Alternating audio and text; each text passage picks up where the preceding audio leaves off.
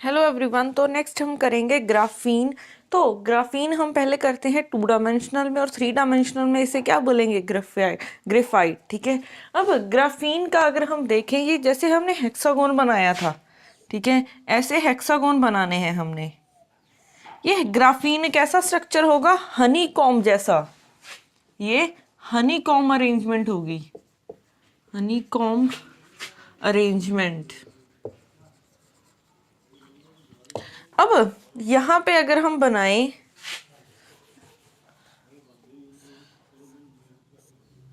ये एक हेक्सागोन बन गया। फिर ऐसे ही यहाँ पे बहुत सारे हमने क्या बनाने हैं? हेक्सागोन बनाने हैं। ठीक है, यहाँ पे बहुत सारे हेक्सागोन बनाने हैं। ये बना लिया, ऐसे ही ये बन जाएगा।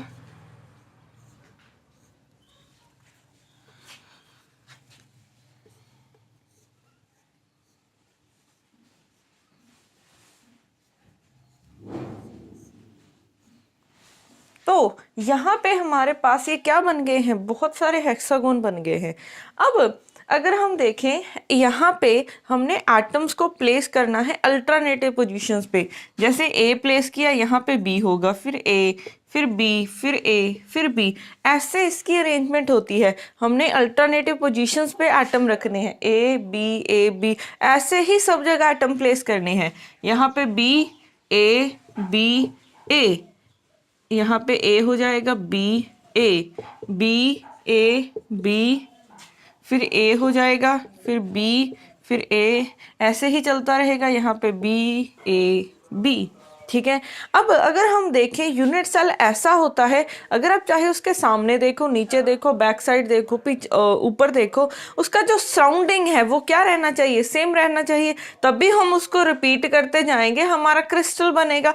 बट यहाँ पे क्या है? अगर आप बी के सामने देखोगे, यहाँ पे कुछ नहीं है। ठीक है, अगर आप बी के सामने देखोगे आपको ए मिलेगा, बट यहाँ पे कोई लाइन नहीं है। ठीक है, यहाँ पे कोई भी लाइन नहीं है। बट यहाँ पे देखो, इसके सामने ऐसी हेक्सागोन है, अगर आप इसके पीछे देखोगे, इस तरफ हेक्सागोन है, इस तरफ हेक्सागोन है।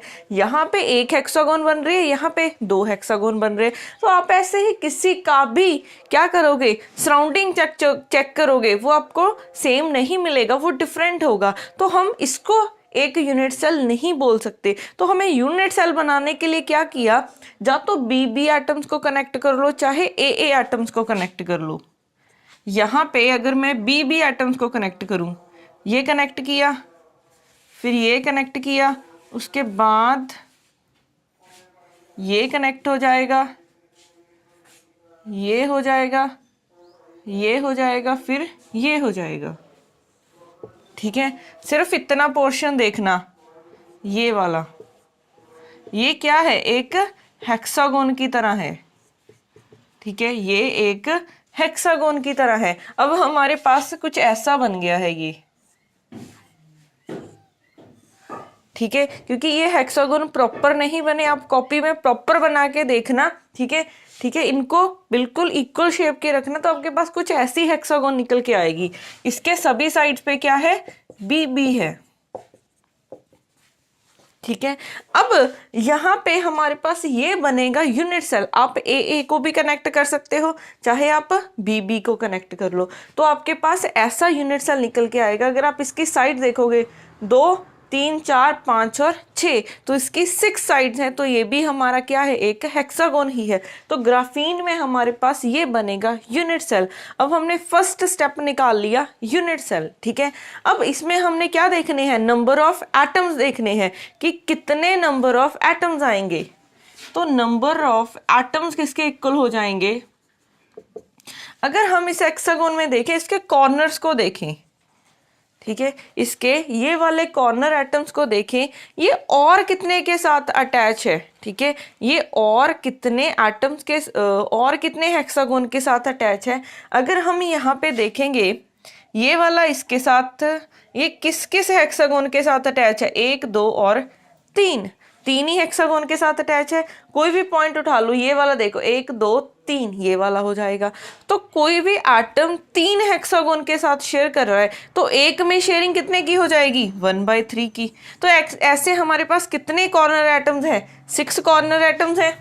तो 6 इंटू 1/3 प्लस अब यहाँ पे हमारे पास ये 4 एटम्स ऐसे हैं, ठीक है, 4 एटम्स ऐसे हैं जो बिल्कुल इस हेक्सागोन के अंदर आ रहे हैं, ठीक है, 4 एटम्स ऐसे हैं जो बिल्कुल इस हेक्सागोन के अंदर आ रहे हैं। चाहे आप यहाँ पे बनाओ, चाहे आप यहाँ पे बनाओ, यहाँ पे कहीं पे भी बनाओ, ये किसी और के साथ शेयर नहीं करेंगे, क्योंकि हम बात कर रहे हैं 2 डायमेंशनल की, तो हमारे पास सिर्फ एक लेयर है, ठीक है, इसको ऐसे नहीं ऐसे सोचो, तो हमारे पास सिर्फ एक लेयर है एटम्स की, तो ना तो उसके ऊपर किसी के साथ अटैच होगा ना नीचे अटैच होगा, ठीक है, तो इसलिए हमारे पास ये 4 के 4 एटम की कंट्रीब्यूशन फुल आएगी। तो अब यहाँ पे ये कैंसिल होके 2 + 4 = 6, तो ग्राफीन में नंबर ऑफ एटम्स कितने होते हैं? 6। हमने नंबर ऑफ एटम्स भी निकाल लिए। अब नेक्स्ट स्टेप क्या होता है? नियरेस्ट नेबर डिस्टेंस निकालना। First nearest neighbour distance, first nearest neighbour distance निकालना है। अब अगर हम यहाँ पे देखें, हमारे पास 2 पोजीशंस हैं, ठीक है, अगर मैं ये एक ट्रायंगल बना लूँ यहाँ पे, कुछ ऐसी है, अगर आप इस ट्रायंगल को देखो, ठीक है, सिर्फ इतने पोर्शन को देखना है, सिर्फ इतना पोर्शन मैंने बाहर निकाल के ड्रॉ कर रही हूँ मैं, BA, ठीक है। अब यहाँ पे क्या है, एक तो हम BB पॉइंट तक, BB एटम तक जा सकते हैं, हम एक B to A जा सकते हैं। अगर मैं इसको A मान लूँ, B to A को A' डिस्टेंस मान लूँ, इसको भी A' हो जाएगा। तो अब हमें देखना है कि A' और अगर A में रिलेशन पता चल गया, ठीक है, तो हमें यहाँ से पता चलेगा कि इन दोनों में सबसे कम डिस्टेंस कौन सा है, A to B है या फिर B to B है, तभी हमें पता चलेगा कि फर्स्ट नियरेस्ट कौन सा है। तो अब हमें A' और A में रिलेशन चाहिए। अगर हम यहाँ पे देखें, ये वाला एंगल 120 डिग्री हो जाएगा, ठीक है, अगर आपको यहाँ से ही लग रहा है कि ये कितना हो जाएगा, 120 डिग्री हो जाएगा, तो अगर ये 120 है तो ये वाले एंगल कितने हो जाएंगे, 30 हो जाएंगे। आप इसको एक बार क्लियर बना के देखना, ठीक है, इन जो हेक्सागोन्स है उसको प्रॉपर इक्वल साइज में बनाना, तो आपको एंगल पता चलेगा कि ये वाला एंगल 120 क्यों है, ठीक है, और ये दोनों क्या हो जाएंगे, 30 हो जाएंगे। अब यहाँ पे एक साइन का रूल यूज होगा, वो रूल क्या होता है, यहाँ पे साइन 120, ये वाला एंगल साइन 120 के सामने वाली साइड कौन सी है, ये, डिवाइडेड बाय A हो जाएगा, ठीक है, equals to sine 30 degree divided by उसके सामने वाली साइड, ये रूल होता है, ठीक है। इस एंगल के सामने वाली साइड ये हो जाएगी, इस एंगल के सामने वाली, चाहे ये वाला एंगल ले लो, ये चाहे ये वाला ले लो, तो साइन 30 इक्वल्स डिवाइडेड बाय क्या हो जाएगा, A'। अब साइन 120 को क्या लिख सकते हैं, sine 90 + 30 divided by A = sine 30 degree divided by A'। तो यहाँ पे ये किस में कन्वर्ट हो जाएगा, cos ऑफ 30 में, और 90 प्लस है मीन्स सेकेंड में ही रहेगा, और सेकेंड क्वाड्रेंट में क्या होता है, साइन पॉजिटिव होता है, तो इसको हम लिख सकते हैं cos 30 degree by A = sine 30 degree by A'। अब cos 30 की वैल्यू कितनी होती है, √3/2 डिवाइडेड बाय A = साइन 30 की वैल्यू कितनी होती है, 1/2 बाय A', 2 के साथ 2 कैंसिल, तो यहाँ से A' की वैल्यू क्या हो जाएगी, A/√3, ठीक है। तो हमारे पास A' आ गया है A/√3। अगर ये √3 आया है, 1 डिवाइडेड बाय √3 मीन्स वो 0 पॉइंट समथिंग आएगा, ठीक है। एक तो हमारे पास डिस्टेंस 1A है, एक 0 पॉइंट समथिंग A है, तो यही वाला हमारा नियरेस्ट होगा। तो यहाँ पे फर्स्ट नियरेस्ट नेबर डिस्टेंस कौन सा बनेगा, जब हम A to B जा रहे हैं, या फिर B to A जा रहे हैं, या फिर A to B जा रहे हैं, तो A' होगा हमारा फर्स्ट नियरेस्ट नेबर डिस्टेंस, वो किसके इक्वल होगा, A/√3 के, ठीक है। अब ऐसे ही यहाँ पे अगर हम फर्स्ट नियरेस्ट नेबर एटम्स देखें, first nearest neighbour atoms, first nearest neighbour atoms, तो वो किसके इक्वल हो जाएंगे। आप अगर किसी भी को पोजीशन को देखो, जैसे ये वाला है, ठीक है, ये वाली पोजीशन से आपने क्या करना है, हमने B to A जाना है, तो फर्स्ट नियरेस्ट जाएंगे, यहाँ पे भी हमारे पास, यहाँ पे तो कोई एटम नहीं है, हम यहाँ जा सकते हैं, यहाँ जा सकते हैं, यहाँ पे जा सकते हैं, क्या कहीं और जा सकते हैं? नहीं। तो सिर्फ एक ही लेयर है, तो हम 3 के पास जा सकते हैं। तो ये हमारे कितने नंबर ऑफ एटम्स हो जाएंगे? 3। तो फर्स्ट नियरेस्ट नेबर एटम्स कितने हो जाएंगे? 3। ठीक है, अब हमें क्या निकालना है? फर्स्ट नियरेस्ट भी निकाल लिया, अब हमें निकालनी है पैकिंग फ्रैक्शन। तो पैकिंग फ्रैक्शन किसके इक्वल होगी? Packing fraction is equal to number of atoms. अब यहाँ पे क्या आएगा? वॉल्यूम आएगा कि एरिया आएगा? हम बात कर रहे हैं 2 डायमेंशनल की, एरिया आएगा। तो area of atom divided by क्या हो जाएगा? Volume of atom, volume of unit cell.